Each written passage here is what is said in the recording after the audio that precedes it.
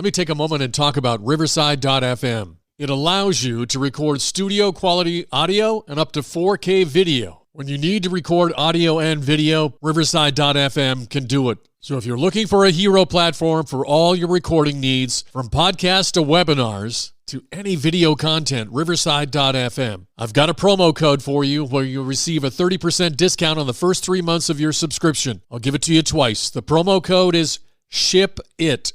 All one word, SHIPIT, and you'll pick up a 30% discount on your first 3 months of your subscription. Riverside.fm. In this edition of the Football History Headlines, we discuss a family member of a guy named Pop Warner, the first NFL team in Texas, and Super Bowl XVI, a man that built 3 different fine NFL teams, as well as many more Hall of Fame birthdays and legendary stories, all coming up in just a moment. This is the Pigskin Daily History Dispatch, a podcast that covers the anniversaries of American football events throughout history on a day-to-day basis. Your host, Darren Hayes, is podcasting from America's North Shore to bring you the memories of the gridiron, one day at a time. So as we come out of the tunnel of the Sports History Network, let's take the field and go no huddle through the portal of positive gridiron history with PigskinDispatch.com. This podcast is part of the Sports History Network, your headquarters for the yesteryear of your favorite sport. You can learn more at sportshistorynetwork.com. Hello, my football friends. This is Darren Hayes of PigskinDispatch.com, your portal to positive football history. Welcome to the Pig Pen, and we are so glad to have you here. It's a great day of January 24th history that we're going to be talking about. But before we get into our football history headlines, I just want you to let you know we have another podcast that I'm doing, a daily podcast starting today, January 24th. We have the Sports Jersey Dispatch podcast. We're going to slip some feeds into Pigskin Dispatch, so your podcast provider for Pigskin Dispatch, you'll see the Jersey Dispatch one popping up for the daily of January 24th. Don't be alarmed. That is another one of our podcasts. You can also subscribe and look for it at your favorite podcast provider, Sports Jersey Dispatch. We're going to be having those come out every day. Like I said, a couple times this week, we're going to drop feed them into the Pigskin Dispatch feed, so you can have those too. So now let's get to your football history headlines. And today's date, January 24th, 1952, we'll start it off as the Dallas Texans franchise was awarded after Dallas purchased the assets of the New York Yanks from the NFL. This was the first Texas NFL franchise in history. As we learned on our January 23rd edition of this series, they were not very good, and the NFL, in fact, shut them down after just one season. The remnants of the franchise were sold to Carroll Rosenblum in 1953 to form the Baltimore Colts. January 24th, 1964. CBS Network purchased the NFL television broadcasting rights for the 1964 and 1965 seasons for a cool $28.2 million. NBC had bid $21.5 million for the rights for the National Football League games in 64 and 65, but CBS won the war with significantly higher amount offered. The ABC network paid a mere $2.3 million in 1964 for the rights to broadcast the AFL, less than a third of the annual average of the NBC contract of the AFL's rights in 1965, according to a New York Times article from January 30th, 1964. January 24th, 1971, Los Angeles Memorial Coliseum. The NFC's top players squashed the AFC squad by the score of 27-6 in the 21st NFL Pro Bowl. Fred Carr, the linebacker of the Green Bay Packers, and Mel Renfro, the corner of the Dallas Cowboys, were selected as the game's MVPs. January 24th, 1982, at the Pontiac Silverdome in Detroit, Michigan. Super Bowl XVI was played and pitted the Cincinnati Bengals against the upstart San Francisco 49ers. For this story, we go to the stadiums of ProFootball.com, who tells us that this is the first time the big game was moved to a traditionally cold weather venue. The 49ers webzone.com fills us in with the other details of how, after a sizable first-half lead of 20-0, the 49ers watched as the Bengals heated up in the second half to score 21 points of their own. But 2 Ray Wersching field goals in the fourth quarter preserved San Francisco victory over the Bengals 26-21. Niners legendary quarterback Joe Montana ended up as the game's MVP as he threw for 1 touchdown and had a quarterback rating of 100.0 on the game. January 24th, 2010. Lucas Oil Stadium in Indianapolis, Indiana. The 2009 season's AFC Championship game resulted in the Indianapolis Colts knocking off the New York Jets 30-17. And their opponent, well, that game was decided also on January 24th, 2010. This time at the Louisiana Superdome in New Orleans. The NFC Championship game to see who would play the Colts was a tight one. The Minnesota Vikings and the New Orleans Saints would battle in this epic game. The starting quarterbacks, they were legends Brett Favre guiding the team in purple, while Drew Brees called signals for the Saints. Favre threw for 310 yards and a score, but was picked off 2 times, while Brees had a touchdown pass of 3 times and kept the ball away from Minnesota's secondary all day. Adrian Peterson scored the game-tying touchdown on a 2-yard plunge at the 5:03 mark of the fourth quarter to send the game into the extra session. But Garrett Hartley sealed the Super Bowl trip for the Saints when he kicked a 40-yard field goal in overtime. The New Orleans Saints edged out the Minnesota Vikings 31-28 per the ProFootballReference.com website. Now to wrap up our football history headlines for January 24th, we'll go to the year of 2016 and talk about the 2015 AFC and NFC Championship games.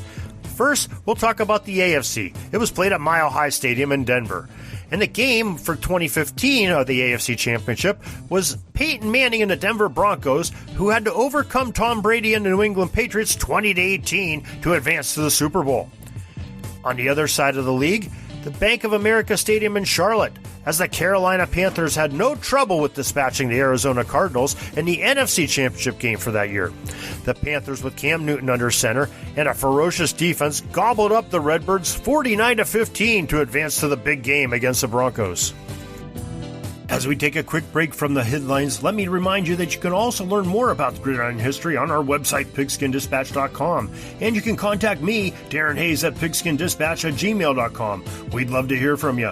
Speaking of hearing from someone, here is one of my podcasting partners from the SportsHistoryNetwork.com that has a message for you.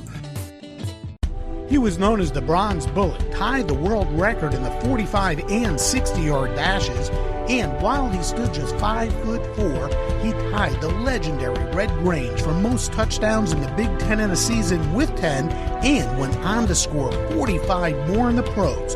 Join me, Warren Rogan, and football historian Andy Piasek as we take a look back at the phenomenal career of Buddy Young on Sports Forgotten Heroes. Now that's a great podcast I think you'd definitely be interested in. Now let's go to our birthdays of Hall of Famers for this January 24th, and we'll start off in 1881 in Springville, New York. Cornell University's legendary guard Bill Warner was born. According to his bio on the NFF, Bill Warner was a brother of the legendary Hall of Fame coach Glenn Pop Warner.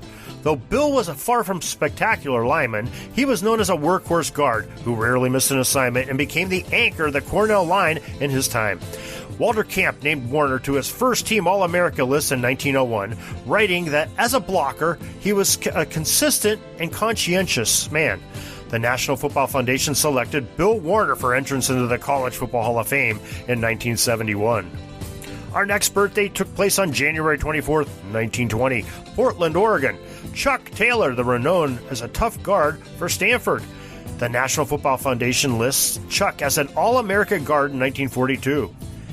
They tell that after serving in the Navy, Taylor played 1 year in 1946 with the Miami Seahawks of the All-America Conference, and then returned to Stanford as a freshman coach in 1948, and assisted as a coach with the San Francisco 49ers in 1949 and 1950 seasons, and returned again to Stanford as a head coach in 1951.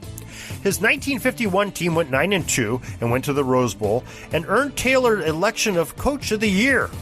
He was age 31, the youngest man ever named Coach of the Year, and he also served as the athletic director for the Cardinal for many seasons.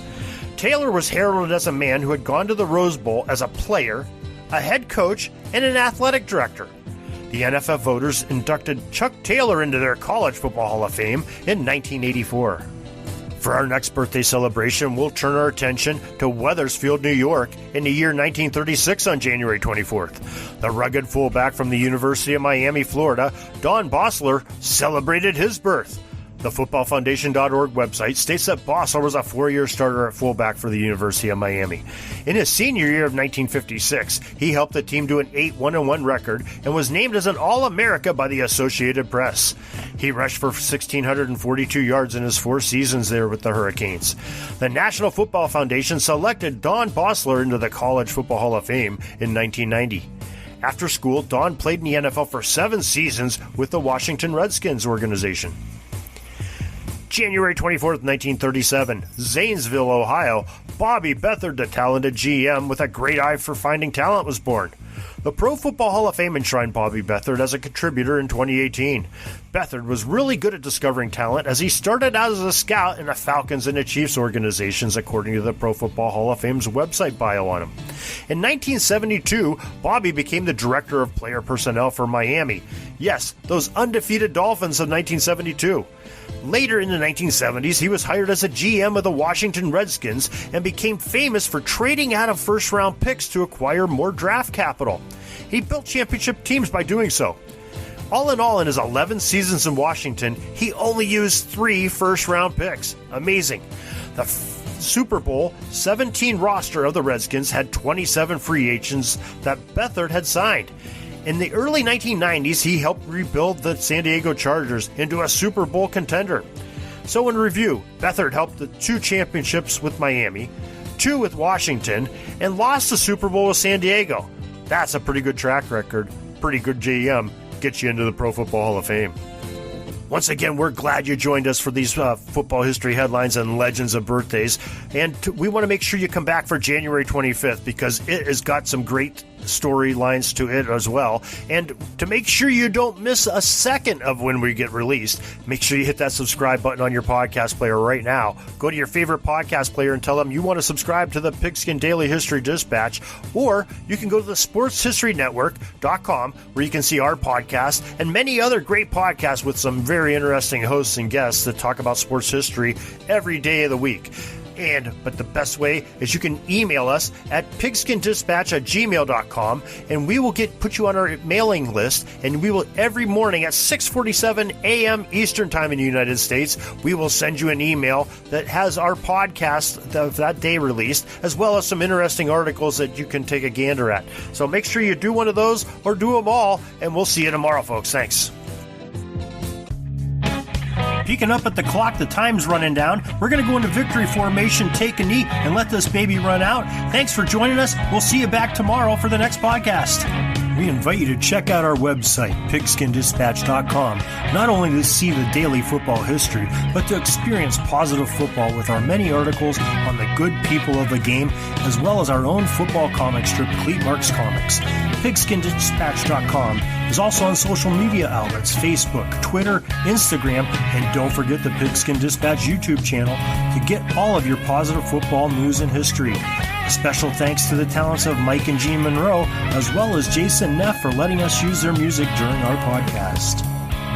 This podcast is part of the Sports History Network, your headquarters for the yesteryear of your favorite sport. You can learn more at sportshistorynetwork.com.